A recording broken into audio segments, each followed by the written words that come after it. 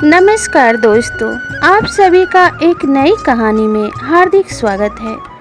आज की इस कहानी में हम जानेंगे कि मनुष्य के कर्मों का फल उसे कब और कैसे मिलता है।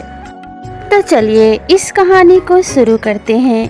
एक घने जंगल में पपीहा पक्षी का एक जोड़ा रहा करता था।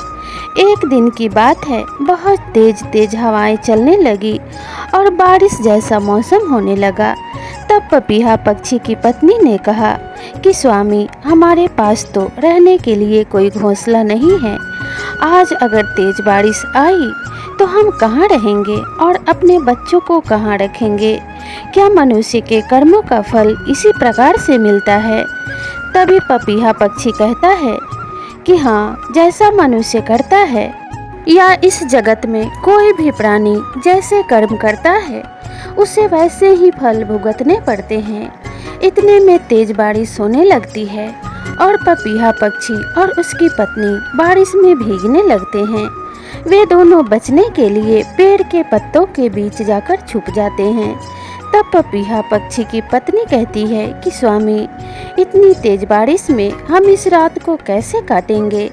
आप कोई ऐसी कहानी सुनाइए जिससे हमें यह पता चले कि मनुष्य के कर्मों का फल उसे कब और कैसे मिलता है।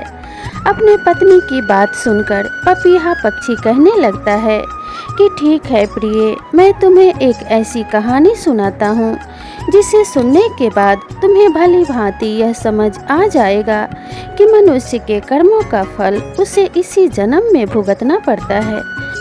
तुम इस कहानी को बड़े गौर से और बड़े ध्यान से सुनना।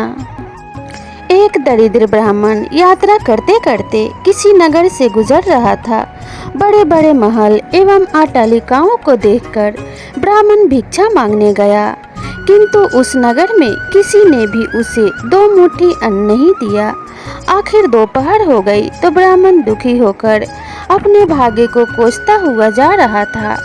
सोच रहा था कि कैसा मेरा दुर्भाग्य है, इतने बड़े नगर में मुझे खाने के लिए किसी ने 2 मुट्ठी अन्न तक नहीं दिया।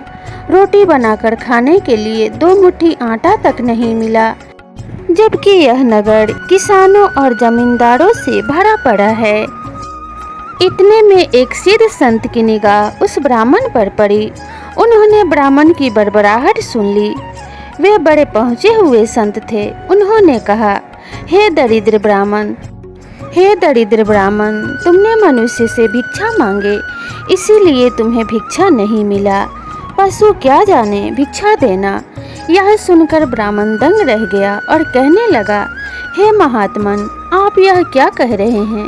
बड़ी बड़ी अट्टालिकाओं में रहने वाले मनुष्यों से ही मैंने भिक्षा मांगी है। महात्मा बोले, नहीं ब्राह्मण, मनुष्य शरीर में दिखने वाले वे लोग के भीतर मनुष्य नहीं हैं। अभी भी वे पिछले जन्म के हिसाब से ही जी रहे हैं। कोई शेर की योनि से आया है तो कोई कुत्ते की योनि से आया है, कोई हिरन की योनि से आया है तो कोई गाय या भैंस की योनि से आया है।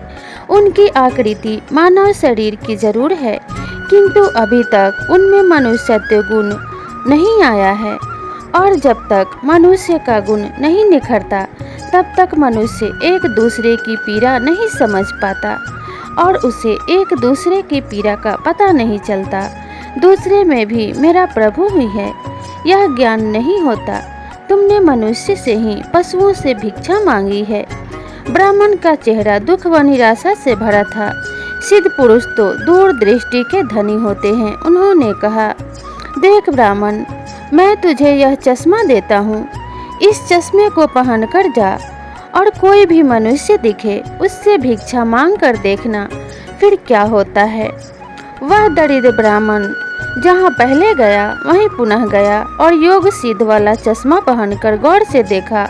ओहो, वाकई कोई कुत्ता है, कोई बिल्ली है तो कोई बघेरा है। आकृति तो मनुष्य की है लेकिन संस्कार पशुओं के हैं। मनुष्य होने पर भी मनुष्य के संस्कार नहीं। घूमते घूमते वह ब्राह्मण थोड़ा सा आगे गया तो देखा कि एक मोची जूते सिल रहा है। ब्राह्मण ने उसे गौर से देखा तो उसमें मनुष्य का गुण पाया। ब्राह्मण ने उसके पास जाकर कहा, भाई तेरा धंधा तो बहुत हल्का है और मैं ब्राह्मण रीति रिवाज कर्म कांड को बड़ी चुस्ती से पालता हूँ। मुझे बड़ी भूख लगी है, इसलिए मैं तुझसे मांगता हूँ, क्योंकि तुझ में मनुष्य के गुण दिखाई दे रहे हैं। उस मोची की आंखों से टप टप आंसू बरसने लगे। वह बोला, हे प्रभु, आप भूखे हैं। हे मेरे भगवान, आप भूखे हैं, इतनी देर आप कहाँ थे? यह कहकर मोची उठा एवं जूते सिलकर टका आना, 2 आना वगैरह इकट्ठे किए थे। उस चिल्लर को लेकर हलवाई की दुकान पर पहुंचा और बोला, हलवाई भाई, मेरे इन भूखे भगवान की सेवा कर लो। चिल्लर यहाँ रखता हूँ, जो कुछ भी सब्जी, पराठे, पूड़ी आदि दे सकते हो वह इन्हें दे दो, मैं अभी जाता हूँ। यह कहकर मोची भागा और घर जाकर अपने हाथ से बनाई हुई एक जोड़ी जूती ले आया एवं चौराहे पर उसे बेचने के लिए खड़ा हो गया। उस राज्य का राजा जूतियों का बड़ा शौकीन था। उस दिन भी उसने कई तरह की जूतियां पहनी थी, किंतु किसी की बनावट उसे पसंद नहीं आई तो किसी का नाप नहीं आया। 2-5 बार प्रयत्न करने पर भी राजा को कोई पसंद नहीं आया तो राजा मंत्री से क्रुद्ध होकर बोला, अगर इस बार ढंग की जूती लाया तो जूते वाले को इनाम दूंगा, और ठीक नहीं लाया तो मंत्री के बच्चे तेरी खबर लूंगा। दैव योग से मंत्री की नज़र इस मोची के रूप में खड़े असली मानव पर पड़ गई, जिसे में मानवता खिल रही थी, जिसकी आंखों में कुछ प्रेम के भाव थे, चित्त में दया और करुणा थी।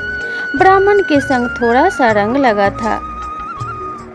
मंत्री ने मोची से जूते ले ली एवं राजा के पास ले गया। राजा को वह जूती एकदम फिट आ गई, मानो वह जूती राजा के नाप की ही बनी थी। राजा ने कहा, ऐसी जूती तो मैंने पहली बार देखा है, किस मोची ने बनाई है यह जूती? मंत्री बोला, हुजूर, यह मोची बाहर ही खड़ा है। मोची को बुलाया गया। उसको देखकर राजा को भी मानवता खिली। राजा ने कहा, जूती के तो 5 रुपए होते हैं, किंतु यह 5 रुपए वाली नहीं, 500 रुपए वाली जूती है। राजा ने मंत्री को आदेश दिया कि मोची को जूती के 500 रुपए और 500 रुपए इसे इनाम स्वरूप यानी कि 1000 रुपए इसे दे दो। मोची बोला, राजा जी तनिक ठहरिए, यह जूती मेरी नहीं है, जिसकी है उसे मैं अभी ले आता हूँ। मोची जाकर विनयपूर्वक उस ब्राह्मण को राजा के पास ले आया। राजा से बोला, राजा जी यह जूती इन्हीं की है। राजा को आश्चर्य हुआ और बोला, यह तो ब्राह्मण है, इसकी जूती कैसे? राजा ने ब्राह्मण से पूछा तो ब्राह्मण ने कहा, मैं तो ब्राह्मण हूँ, यात्रा करने निकला हूँ। राजा ने मोची से कहा, जूते तो तुम बेच रहे हो, फिर यह जूती ब्राह्मण की कैसे हुई? मोची ने कहा, राजन, मैंने मन से ही संकल्प कर लिया था कि ज्योति की जो रकम आएगी वह इन ब्राह्मण देव की होगी। जब रकम इनकी है तो मैं इन रुपए को कैसे ले सकता हूँ, इसलिए मैं इन्हें ले आया हूँ। न जाने किस जन्म में मैंने दान करके संकल्प किया होगा और मुकर गया होऊंगा, तभी तो यह मोची का चोला मिला है। अब भी यदि मुकर जाऊं तो न जाने मेरी कैसी दुर्गति हो। इसलिए राजन, यह रुपए मेरे नहीं, इन्हीं के हैं। जूती के 500 और इनाम वाले 500 रुपए भी इन्हीं को दे दीजिए। रुपयों को हाथ में लेने के बाद मेरा मन बेईमान हो जाता, इसीलिए मैंने रुपयों को नहीं छुआ और असली अधिकारी को ले आया। राजा ने आश्चर्यचकित होकर ब्राह्मण से पूछा, ब्राह्मण, मोची से तुम्हारा परिचय कैसे हुआ? ब्राह्मण ने सारी आप बीती सुनाते हुए सिद्ध पुरुष के चश्मे वाली बात बताई और कहा कि राजन, आपके राज्य में पशुओं के दर्शन तो बहुत हुए, लेकिन मनुष्य के गुणों वाला और अंश वाला इन मोची भाई में ही नजर आया। राजा ने जब ब्राह्मण की बात सुनी तो राजा को बड़ी जिज्ञासा हुई और उसने ब्राह्मण से कहा, वह चश्मा ले आओ, हम भी देखना चाहते हैं कि मेरे दरबारियों में कौन क्या है।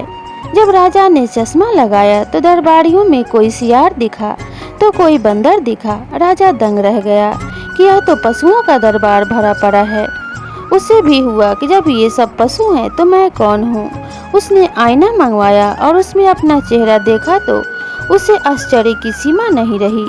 वह तो जंगल का राजा शेर है और यहाँ भी इनका राजा बन बैठा है। राजा ने कहा, यह सब देखने के बाद राजा ने ब्राह्मण से कहा कि हे योगी महाराज, यह चश्मा तो बड़ा गजब का है। वे योगी महाराज कहाँ होंगे?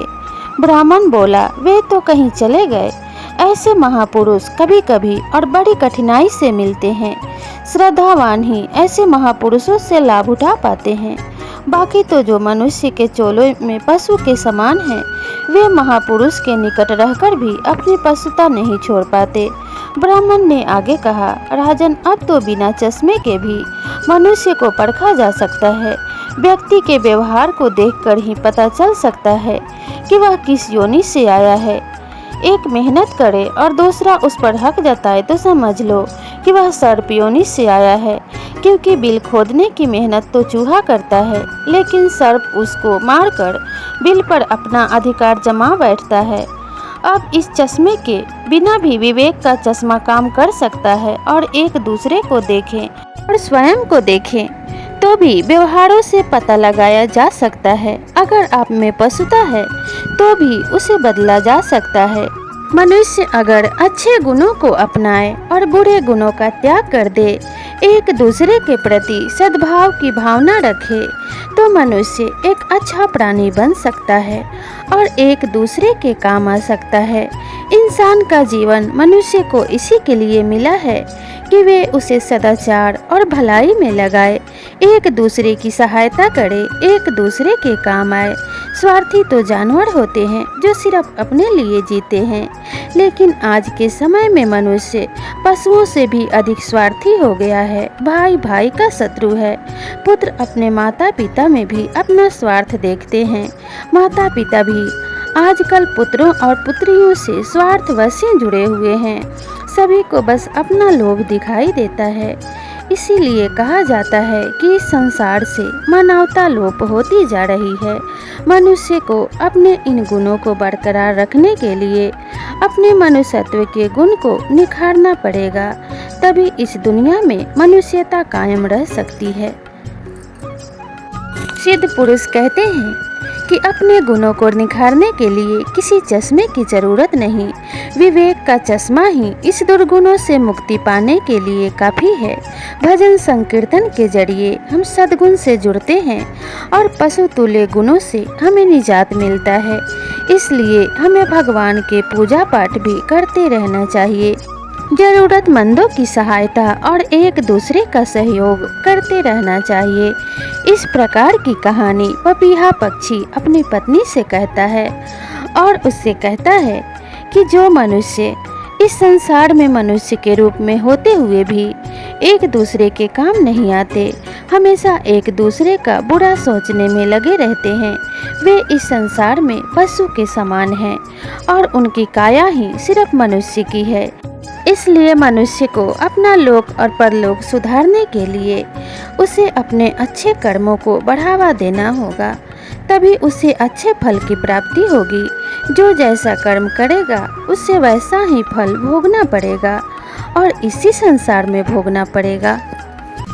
तो प्रिय दर्शकों, यहाँ पर यह कहानी समाप्त होती है। आपको यह छोटी सी कहानी कैसी लगी हमें कमेंट करके ज़रूर बताइएगा, और इस चैनल से जुड़े रहने के लिए इस चैनल को ज़रूर सब्सक्राइब कीजिएगा।